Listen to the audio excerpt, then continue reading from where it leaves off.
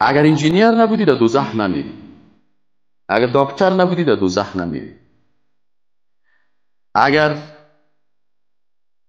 دیگه علوم یاد نداشته باشی، حتی فقه هم اگر یاد نداشته باشی بازم یک گزاره میشه. لکن اگر کس عقیدهش خراب بود، کل دنیا را عبادتش میگیره شیطان باشه. شیطان میشه چی مشکل داشت؟ عقیدهش خراب بود، عبادتش بسیار زیاد بود.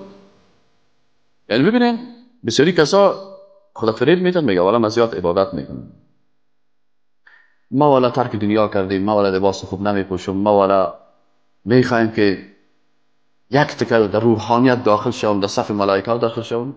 برش بگویم که برادر عزیز، همین چیزایی که تو میکردی همین کارا رو شیطان میکرد، ابلیس میکرد. عبادت کرد، طاعت کرد، در روحانیت بسیار خدا داخل ساخت و بالاخره در صف ملائکه قرار گرفت.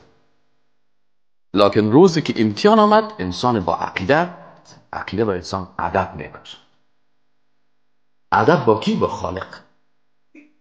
چندین درس معنی رو براتون گفتم که وقتی کسی عقیده را خوان جرأت نمیکنه که در مقابل خالق متعال یک کلمه هم بگوید.